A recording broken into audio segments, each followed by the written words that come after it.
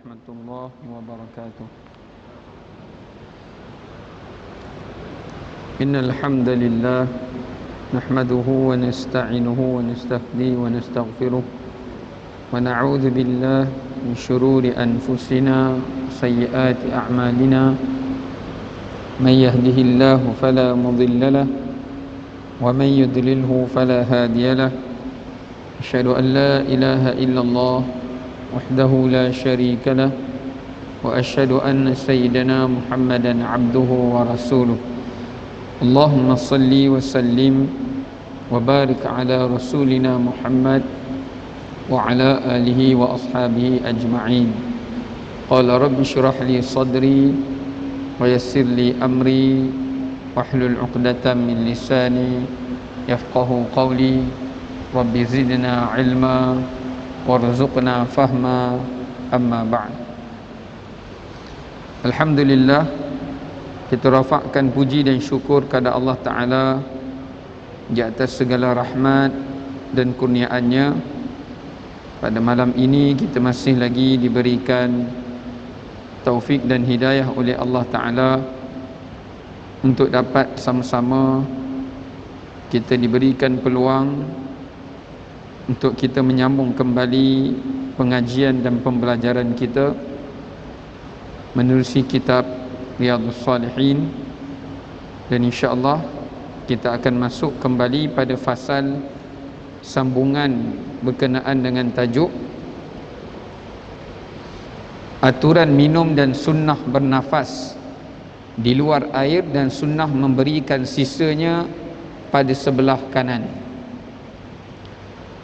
An Anas ibn Malik radhiyallahu anhu anna Rasulullah sallallahu alaihi wasallam kana yatanaffasu fi syarabi thalathan, muttafaqun alaih. Kata Sayyidina Anas bin Malik radhiyallahu anhu, beliau berkata, sesungguhnya Nabi sallallahu alaihi wasallam itu apabila baginda minum air, baginda akan bernafas di luar daripada bekas air itu sebanyak 3 kali. Baik, berdasarkan kepada hadis ini adalah merupakan salah satu daripada adab apabila seseorang itu hendak meminum air, maka Nabi SAW mengajarkan kaedah dan tata cara yang paling sempurna dari sudut duniawi dan ukhrawinya apabila kita hendak meminum air. Yang pertama, berdasarkan pada hadis ini, Nabi SAW menyuruh kita meneguk air dengan tegukan demi tegukan. Afdalnya kita meneguk air itu dengan 3 kali teguk. Tapi jangan disalah faham. Kata kalau bekas air kita tu besar, kita nak habiskan satu botol yang besar bukan dengan 3 tegukan, bukan dengan 3 kali baru habis. Maksudnya katakanlah kita ada botol yang besar sikit tu, bukan sekali minum suku, sekali minum lagi suku, sekali minum habis. Bukan begitu. Tetapi maksudnya Nabi SAW menyuruh kita apabila minum, kita minum tegukan demi tegukan. Kemudian kita berhenti, memberi ruang untuk bernafas dan menghembuskan nafas supaya nafas yang dihembuskan tidak terkena kepada air yang kita minum. Jadi berapa kali tegukan yang dikira sebagai 1 kali minum? Di sini ada perbezaan para ulama. Ada ulama kata sekali kita minum begini 2 tegukan, 1, 2, sekali teguk, 2 kali teguk kita berhenti, kemudian kita bernafas. Ambil lagi, kita minum 1, 2, kita berhenti, kemudian kita nafas dan lepaskan. Maknanya dalam sekali minum 2 kali tegukan. Ada pula yang berpendapat sekali minum 1 teguk berhenti, sekali minum 1 teguk berhenti. Kalau begitu maknanya lambatlah sedikit untuk kita menghabiskan minuman. Ada yang mengatakan kita minum dengan 3 kali tegukan, ataupun kita minum sampai kita merasa kita memerlukan nafas, maka kita berhenti, itu dikira 1 kali minuman. Kemudian kita sambung sampailah kita rasa kita perlukan untuk bernafas, kita berhenti, melepaskan nafas, itu dia dikira minuman yang kedua. Maknanya dalam hadis ni Nabi meminum dalam 1 bekas minuman dengan 3 kali minum. 3 kali minum dengan 3 kali nafas. Tapi kita kena faham, minuman yang Nabi SAW minum itu adalah bukanlah bekas yang besar. Kerana gelas atau bekas yang Nabi SAW guna untuk minum, dalam kitab Syama'il mengatakan kadang-kala Nabi menggunakan qirbah. Qirbah ni macam tong, satu tong yang diperbuat daripada kulit binatang yang telah disamak, ada penutup dia. Itu dipanggil qirbah. Nabi minum seumpama macam ni, ada penutup, dia ada bekas daripada kulit hayawan yang telah disamak, Nabi minum, penuhkan air dalam bekas tu, Nabi minum. Tak semestinya habis 1 qirbah, Nabi minum 3 kali teguk, Nabi berhenti, sekadar untuk menghilangkan dahaga dan kehausan. Yang satu riwayat lagi mengatakan Nabi minum daripada qidir. Qidir ni 1 mangkuk yang kecil. Nabi SAW tidak ada gelas macam kita, tak ada cawan, tak ada gelas yang macam-macam bentuk, ada kaki 1 lah, banyak kaki lah, tak ada. Kerana kata Anas, aku pernah melihat Nabi minum susu daripada 1 qidir mangkuk, yang daripada bekas itu juga Nabi meletakkan makanan yang lain.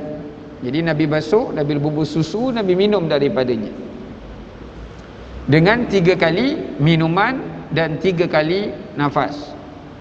Makna katanya dekat sini sunnahnya kita minum 3 kali, kemudian kita berhenti.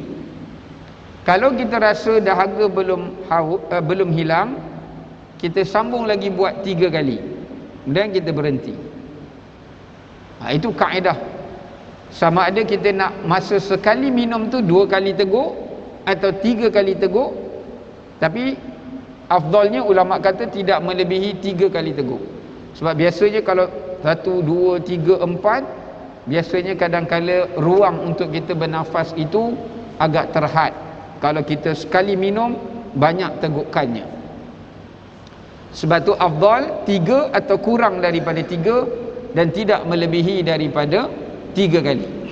3 tegukan bagi 1 minuman. Kenapa Nabi SAW mengajar kita cara minum yang sedemikian? Kata para ulama, yang pertama, di sana adanya riwayat yang dinyatakan larangan untuk kita minum air seperti mana unta yang dahaga. Satu riwayat daripada Nabi SAW dikatakan bahawasanya Nabi melarang kita minum air seperti mana unta yang dahaga meminum air. Kerana unta bila dia minum air, dia akan minum dengan berteguk-tegukan sampai habis. Misalnya kalau kita tengok orang yang terlalu haus, kadang-kadang dia buka, dia minum, dia minum sampai habis botol dengan 1 minuman, maka ini makruh. Walaupun dia minum daripada mulut bekas, nafasnya itu dihembuskan, tidak masuk ke dalam bekas air ini, kerana dia langsung pada mulutnya. Walaupun tidak masuk, tapi makruh. Kerana apa? Dia menyerupai cara minum hayawan.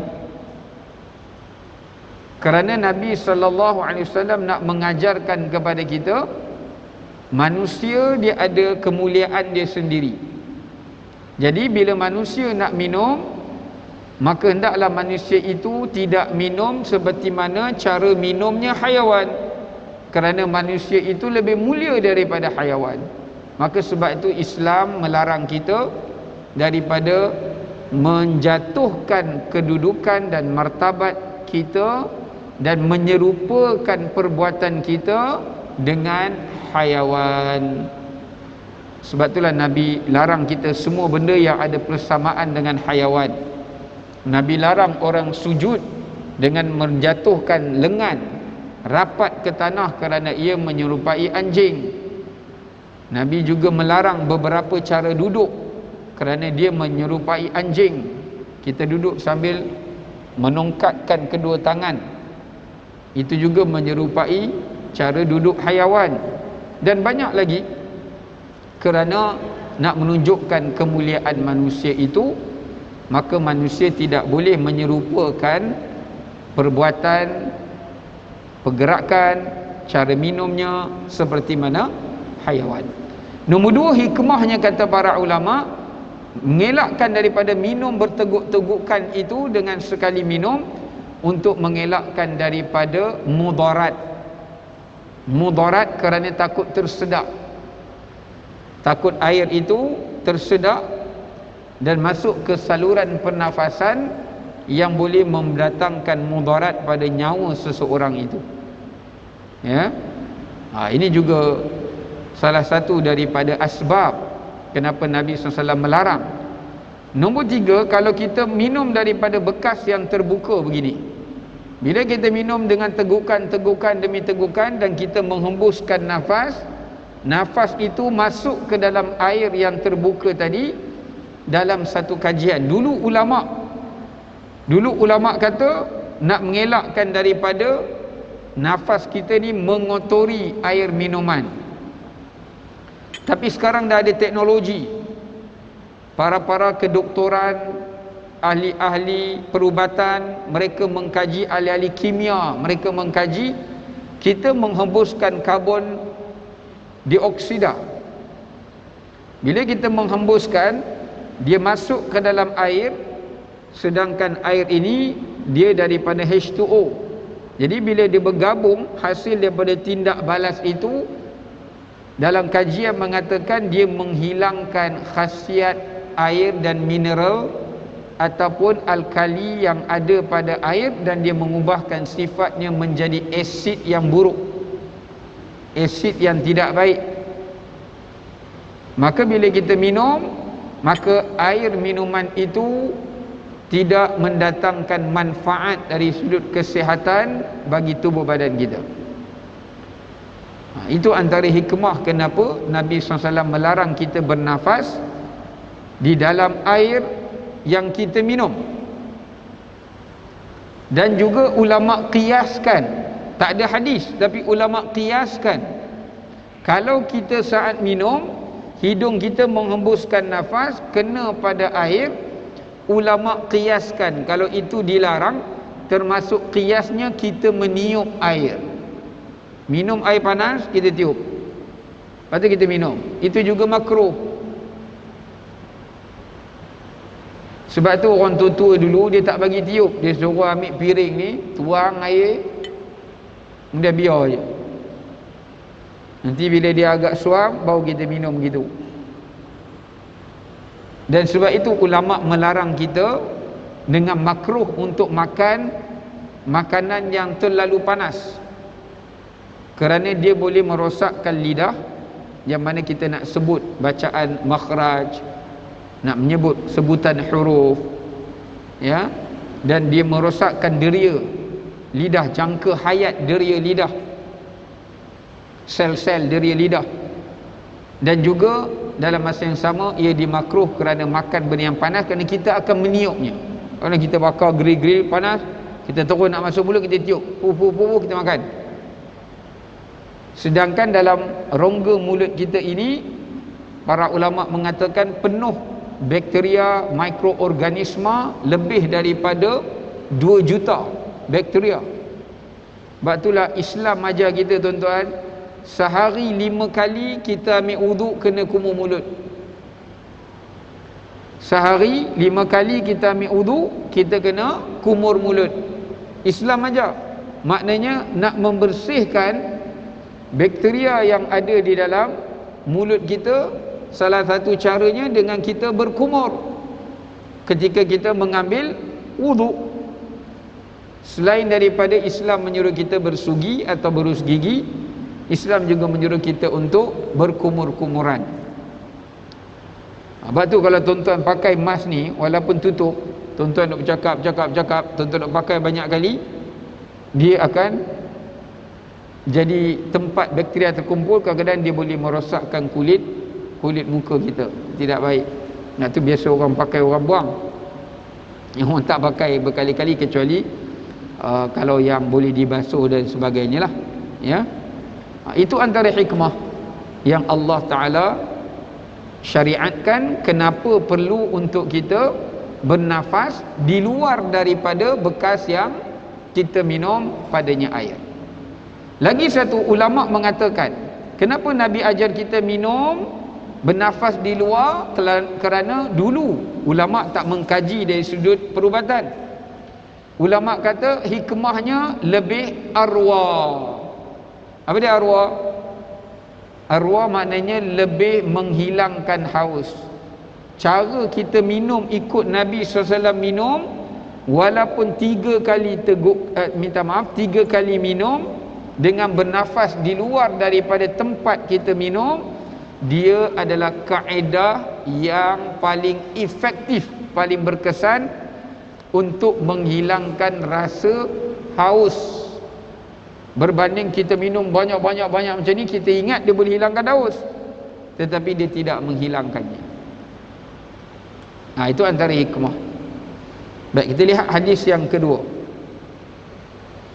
Wa an Ibni Abbas radhiyallahu anhuma qala Rasulullah sallallahu alaihi wasallam, la tashrabu wahidan kashurbil ba'ir, walakin ishrabu mathna wa thulath, wasammu idza antum sharibtum, wahmadu idza antum rafa'tum.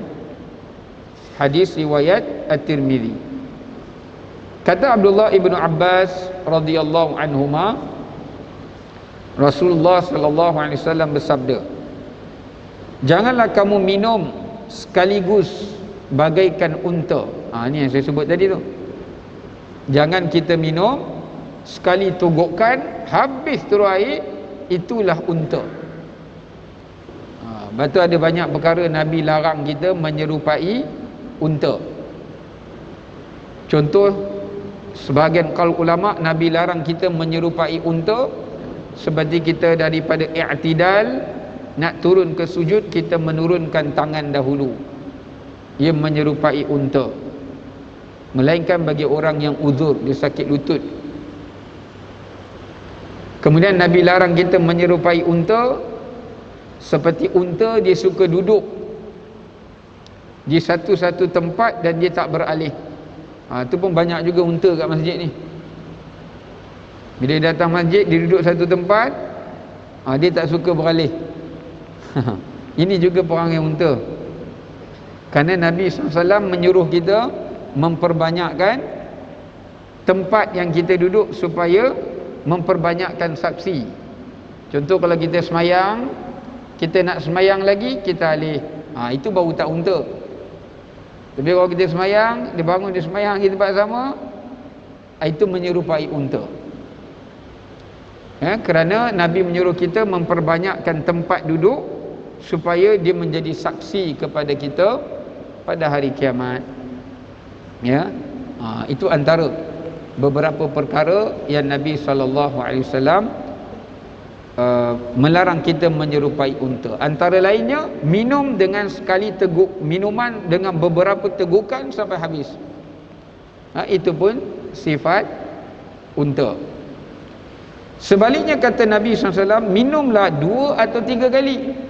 Kalau air itu sikit, kita minum 2 sekali, minum, nafas di luar, sekali lagi minum, habis pun boleh.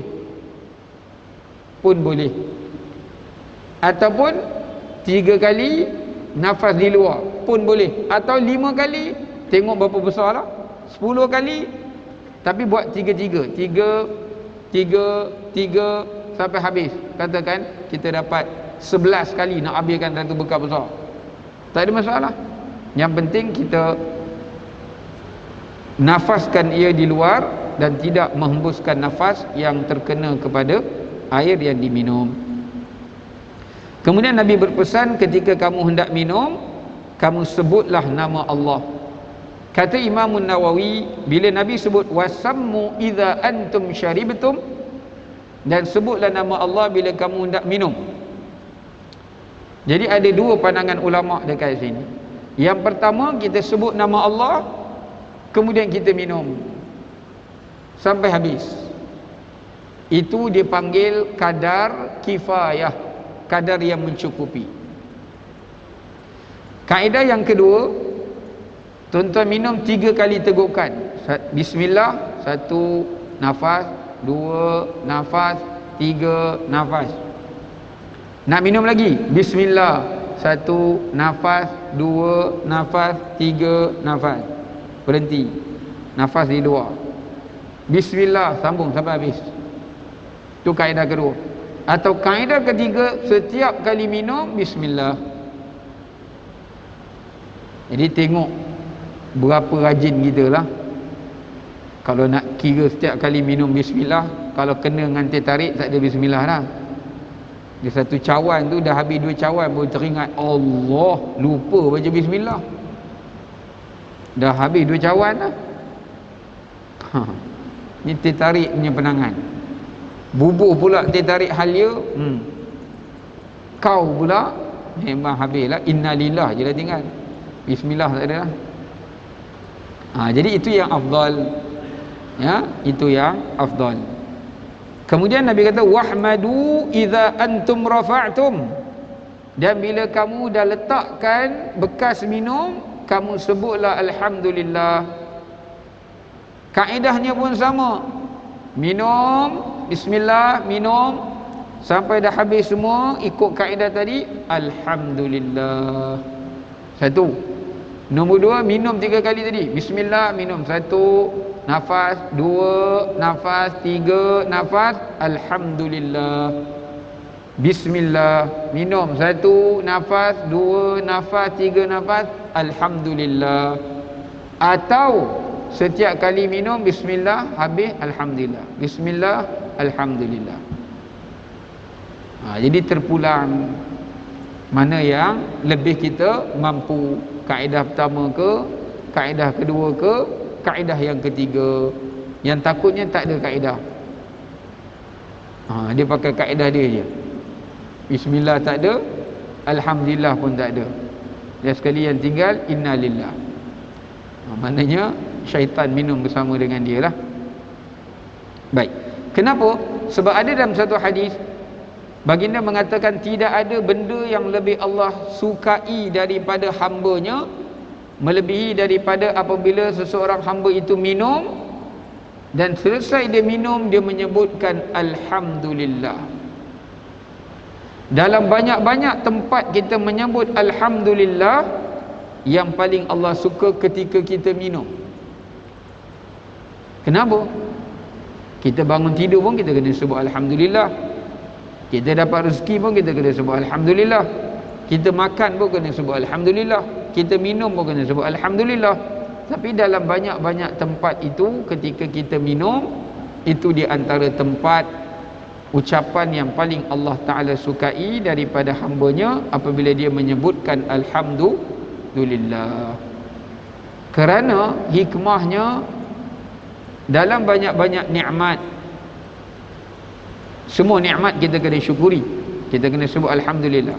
Tapi bila kita minum air, kita sebut alhamdulillah, maka kita telah pun mensyukur, kita telah menyedarkan diri kita tentang kita mengiktiraf nikmat Allah, bukan sekadar dapat minum air itu, tetapi kerana Allah telah menjadikan air itu sebahagian daripada kehidupan kita. Kalau tuan-tuan tengok dalam banyak-banyak yang Allah bagi, air menjadi asal kehidupan dan sumber kehidupan. Sebab tu dalam Quran Allah kata wa ja'alna minal ma'i kulla syai'in hayy, dan kami telah menjadikan daripada air makhluk itu diciptakan. Sebab kita semua makhluk Allah ciptakan daripada air. Tak kira lah air mani ke apa ke, air lah. Semuanya diciptakan daripada air. Tak ada makhluk yang Allah tak ciptakan daripada air. Bahkan arash Allah, bila Allah sebut wa kana arshuhu 'alal ma, arash Allah itu Allah letakkan dia di atas air. Maka ulama mengatakan arash ke langit ke bumi asalnya Allah ciptakan ianya daripada air. Cuma dia kemudian dia menjadi bentuk yang pelbagai dengan izin daripada Allah Subhanahu wa taala. Jadi sebab itu bila kita dah hidup pun kita masih bergantung kepada air, minum, mandi, semualah.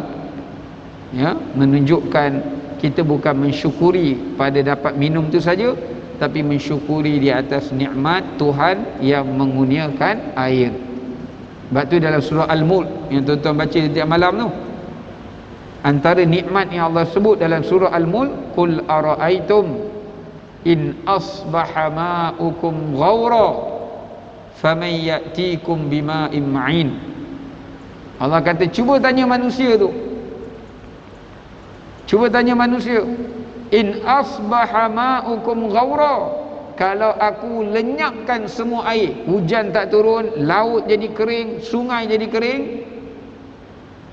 faman ya'tikum bima'in ma'in. Allah cabar, teknologi apa kamu boleh pakai? Siapa yang kamu boleh minta tolong supaya bawa keluar air tu balik? Maknanya Allah nak bagi tahu makhluk tak boleh hidup kalau tak ada air. Bukan makhluk saja, bumi pun tak boleh stabil kalau tidak ada air. Sistem bumi tak boleh stabil kalau tak ada air. Begitulah juga segala apa yang ada ini, awan pun tidak akan wujud kalau tidak ada air. Inilah kesan-kesan daripada hikmah kebesaran Allah Subhanahu wa ta'ala. Baik, kemudian kita tengok hadis yang ketiga. Wa an Abi Qatadah radhiyallahu anhu anna an-nabiy sallallahu alaihi wasallam naha ay yutanaffasa fil ina, muttafaqun alaih. Daripada Abi Qatadah radhiyallahu anhu, dia mengatakan Nabi sallallahu alaihi wasallam bersabda, baginda telah melarang orang untuk bernafas dalam tempat air minumnya. Ini kita dah bincang tadi lah. Bila Nabi suruh kita bernafas dengan 3 kali nafas, maknanya kita bernafas di luar daripada bekas kita minum. Maknanya Nabi SAW larang kita bernafas yang mana nafas tu terkena kepada minuman air kita, terkena kepada minuman air kita, kerana dia boleh memudaratkan dan mengubah sifat air itu tadi. Ya, sebab tu kita ajar cucu kita ke apa ke, kalau air tu panas kita kata-kata dia jangan tiup, biarkan dia sejuk. Ataupun kita sejukkan dia, macam orang tutu aja dulu, tuang air cawan satu lagi, buat macam teh tarik nak hilangkan haba dia tu, ya, panas dia tu.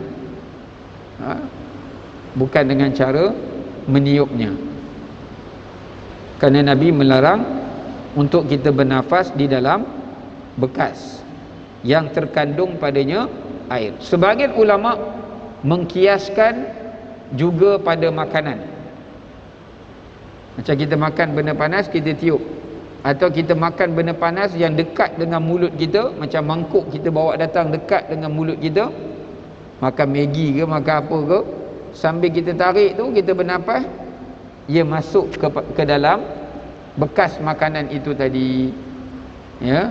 Maka ia termasuk di antara yang ulama qiyaskan antara perkara yang dimakruhkan untuk bernafas di dalam bekas, ya, yang mengandungi makanan, air yang kita ambil dia untuk makan. Tapi kalau macam bekas macam ni, kita tutup mulut kita, kita bernafas, ni tak apalah. Pasal kita bernafas, dia masuk balik dalam paru-paru kita, dia keluar balik, dia pusing gitu.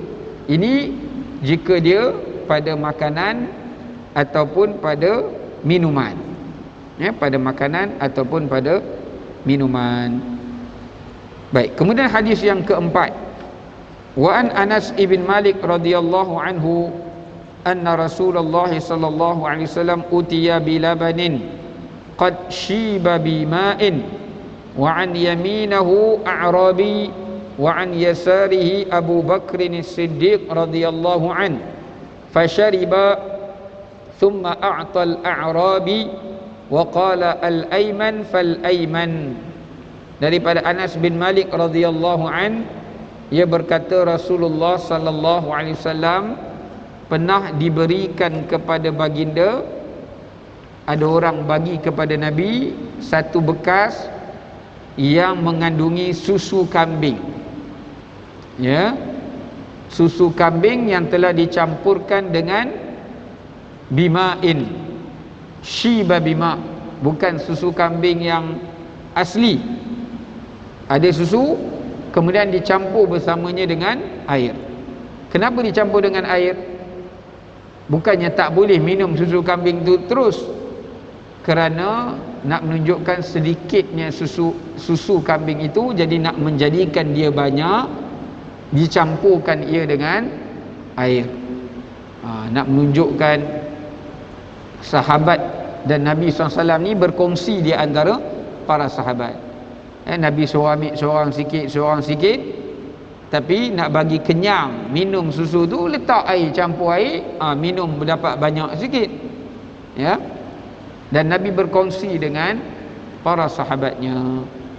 Baik, bila Nabi diberikan susu yang dicampur dengan air, kalau kita tengok minuman yang Nabi minum, Nabi SAW suka minum susu, ataupun Nabi SAW suka minum dalam setengah hadis minuman yang manis dan sejuk.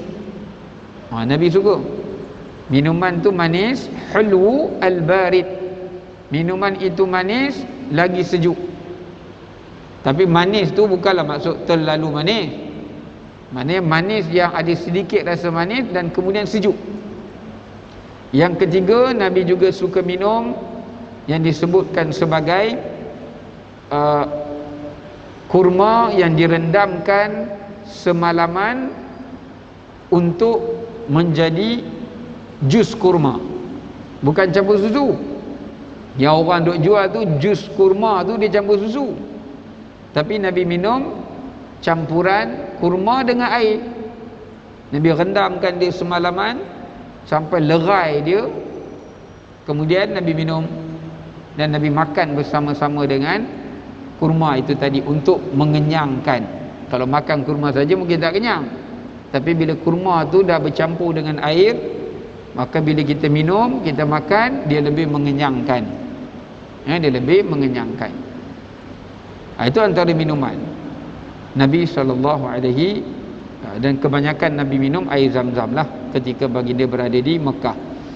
Baik, bila Nabi dibawa datang minuman itu, di sebelah kanan Nabi ada seorang Arab Badui, orang Arab yang berada di pedalaman, yang datang nak belajar dengan Nabi tentang Islam. Dia duduk sebelah kanan Nabi.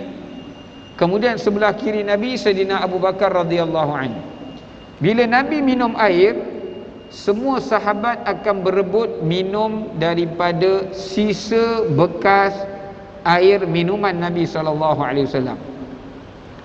Tapi masa nak bagi, Nabi tak akan habiskan. Nabi akan minum sebab Nabi tahu sahabat semua nak minum hasil bekas minuman Nabi SAW, kerana nak dapatkan keberkatan Nabi SAW. Jadi apa Nabi buat? Sebelah kiri Nabi ada Abu Bakar.